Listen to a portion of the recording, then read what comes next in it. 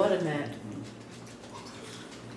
My kids don't know, wait, my kids don't, They don't know what an automat. they don't know what an automat is. Seriously, You never told them? can you explain what an automat is? Can you explain an automat?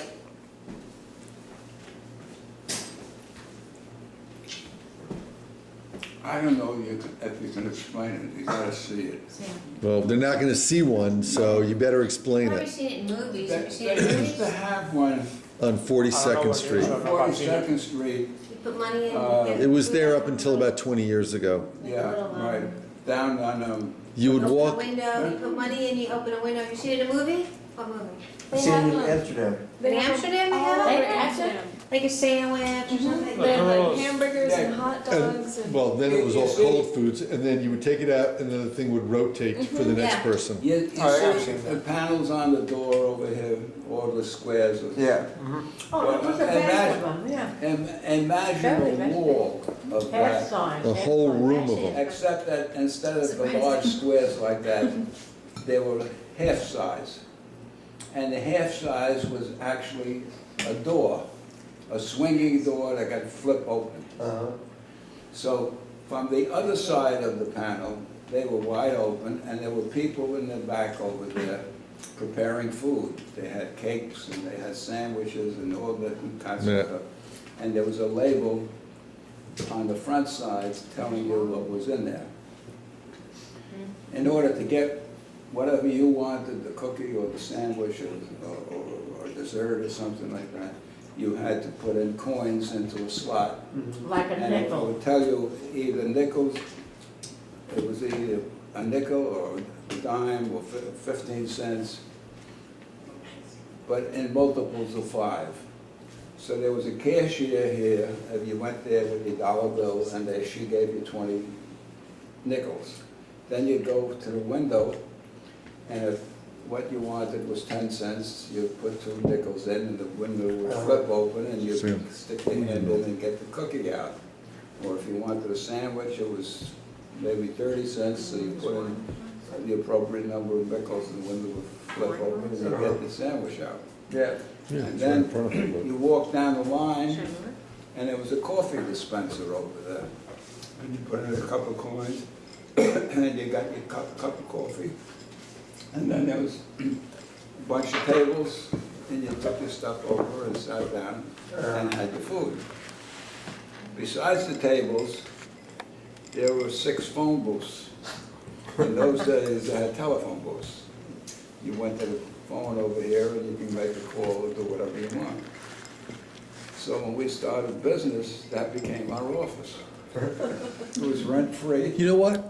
The modern day equivalent, Starbucks. a lot of people hang out in Starbucks. Yeah. With their computer. And they get free Wi-Fi and they have meetings there. I mean, people use Starbucks in a very similar way. It's really funny situation when you think about it. It was a place you could, Zach, move your hand, come on. It was a place you could just hang out. You hang out, you make your telephone calls, make your appointments for the day. Right. The ice cream is really good. Oh, it's wonderful. That's really The interesting. cream cheese? What? The cream cheese? Yeah. Once the sugar's set. Yeah, it's just cream cheese and butter. Is that actually all it is? And some vanilla extract. No, but Sam, I tasted it when it was just cream cheese and butter. Yeah, I said, I well, agree. it's very cream cheesy. And the sugar adds the flavor. And the vanilla. Poor Gary. With this zero. With this nothing dessert. There's berries. Gary. Where? In the refrigerator, there's New ones? raspberries and blueberries. New ones? I got new raspberries. There's new blueberries in there too. Good. What business was your grandfather in?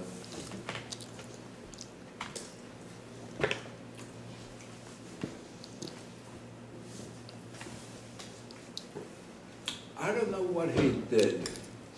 I think he was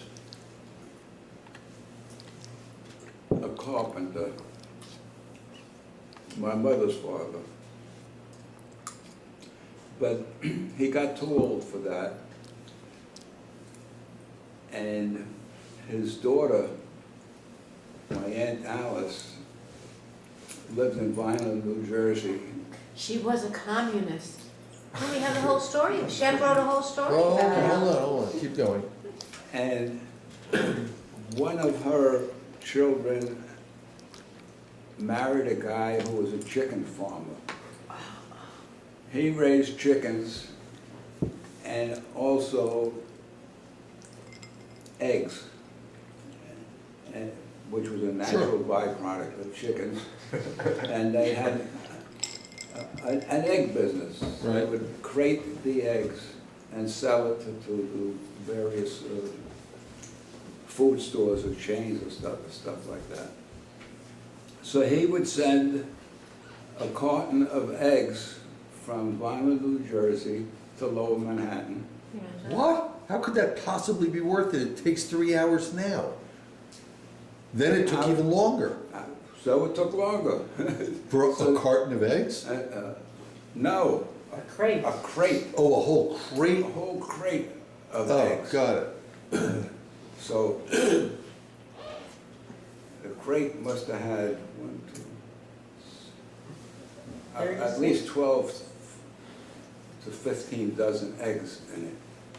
'Cause it was 2 sections to the crate. Sure. And probably 6 or 8 tiers in each section. So I would say 8 and 8, 16 dozen eggs. And somehow he would ship that from Vineland, New Jersey by truck. So then to keep Somebody would take it cold, And, yeah, and deliver it to my grandfather in Manhattan. and then they would sell them. And he would sell eggs to the different stores around Lower Manhattan and whatever area. it So covered. around what year is that? Around, Well, it's gotta be, talking about in the 30s? no, prior to that,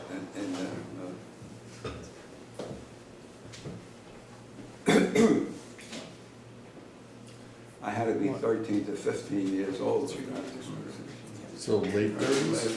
Late 30s? Mid-30s or something like I mean, that was a big effort. You had blocks of ice. that. Yes. You know, I He mean, would go around. that to wasn't different easy. Places, take orders, and then the next day deliver them. So that was a big operation that he had over there. Wow. That was a time in the 1950s, I guess, where tinted glasses were very popular. You may have worn them, tinted glasses, pink tins, and, well, I met Felix, cousin Felix. He worked on that egg farm, and he told me the chickens would fight one another.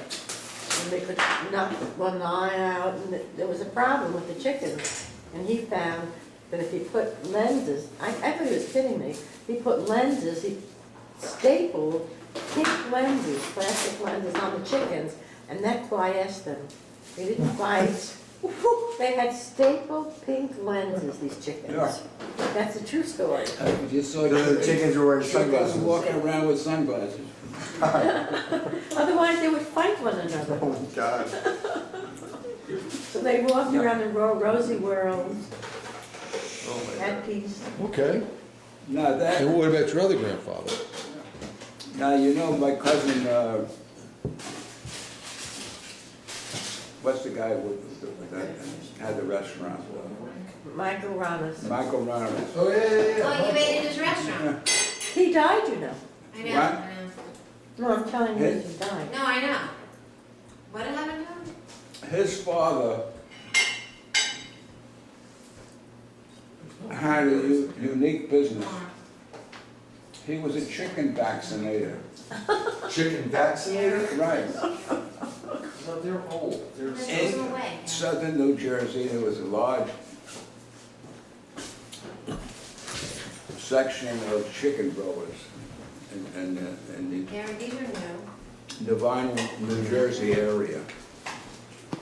There were probably a dozen chicken farms. They raised chickens, not for the chickens as much as for the eggs. And they sold the eggs to stores in northern New Jersey and Manhattan.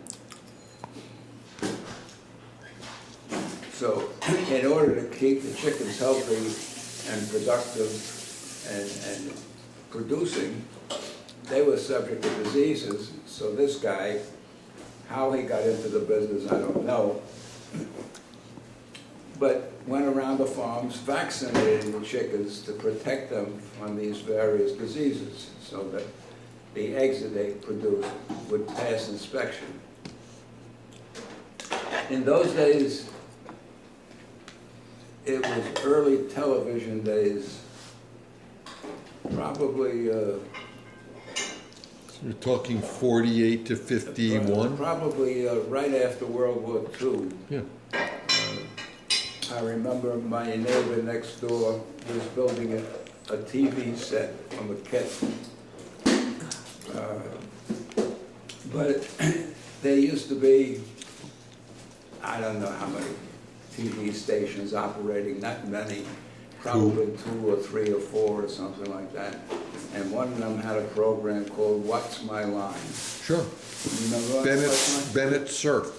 Yeah. Yeah, okay, and then Dorothy something or other. Kill something? Kilgallen? Kilgallen. Kilgallen.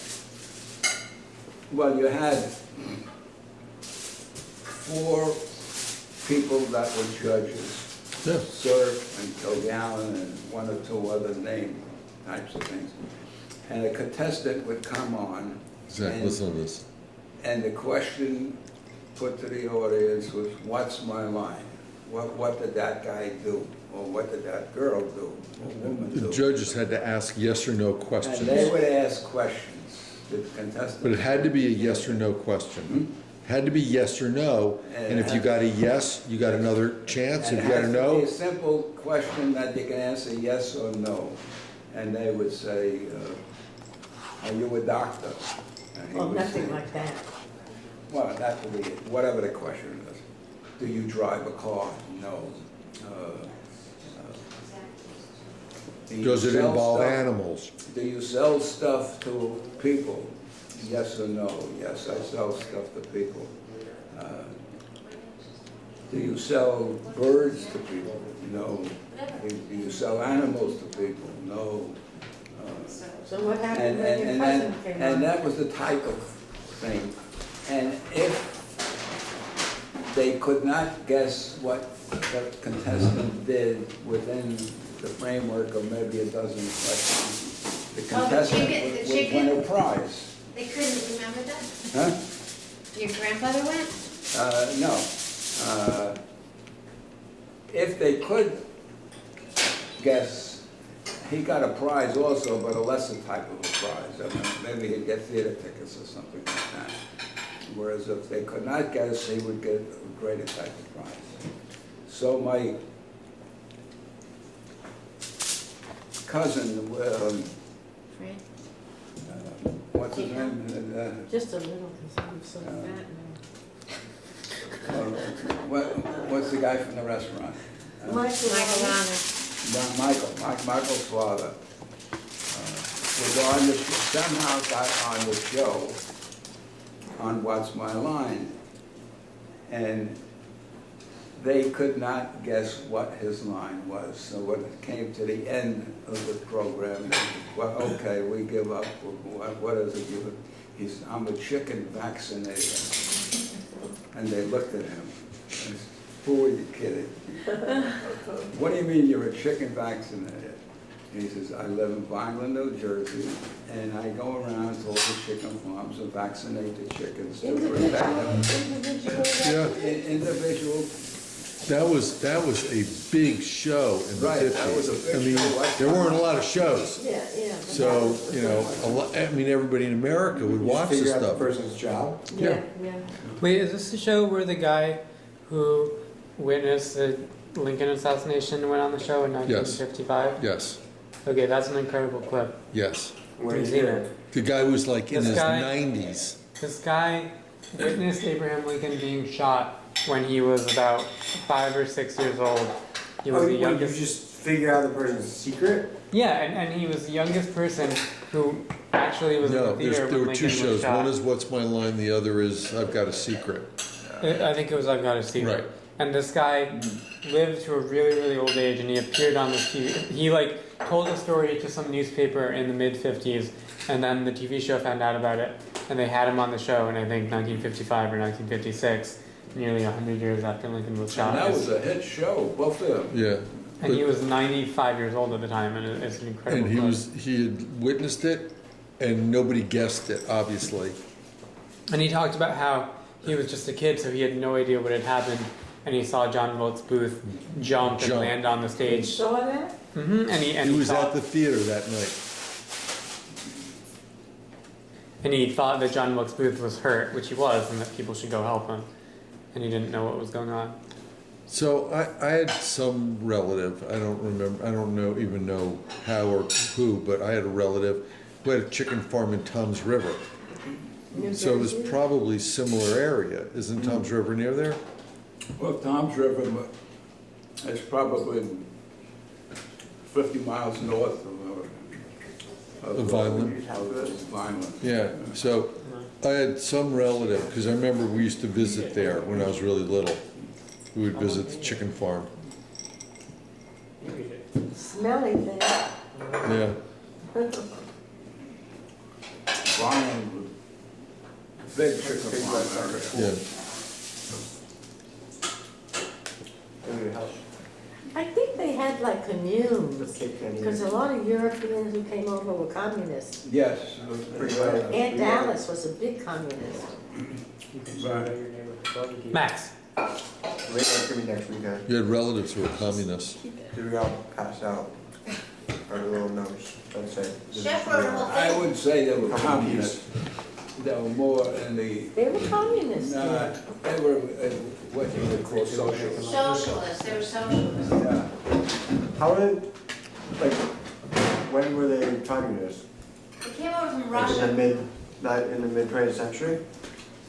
Communists. Like during Red Scares and stuff? She came over from Mid-20, no, Russia. early 20th century. During Red Scares and stuff? In the Russian period, in the Stalin period. And they weren't like arrested or anything? Matt, they left Russia. No, they weren't arrested until Somebody got arrested. after World War II. Then it became a big thing in Hollywood. Oh, With McCarthy. That's There was a different. big Much later. Red Scare. Red Scare or something like that. Yeah.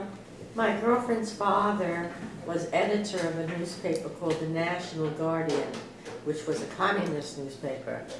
And when the House on Un-American Activities was interviewing people, they picked on him because he was the publisher and editor, to give the names of the Sure. subscribers, because a subscriber was likely Sure. to be a communist. But he wouldn't tell, he Right. never revealed a name, and he got exported out back to England where he came from. Could never come back to this country. So Well, my destroyed a lot girlfriend of never lives. saw her father. Destroyed a lot When of was lives. that? Oh, we were in high school, so that would have been It had to 1950s. be in a post-war period. In the 50s, I think that was. Dashiell Hammett, the writer Dashiell Hammett, Yeah. his career was ruined because he would not name names. Who's that? He was a writer, crime writer, like Yeah. a thriller writer, Uh-huh. A lot of movies. crime writer, and he would name, what did he say? I will not cut my conscience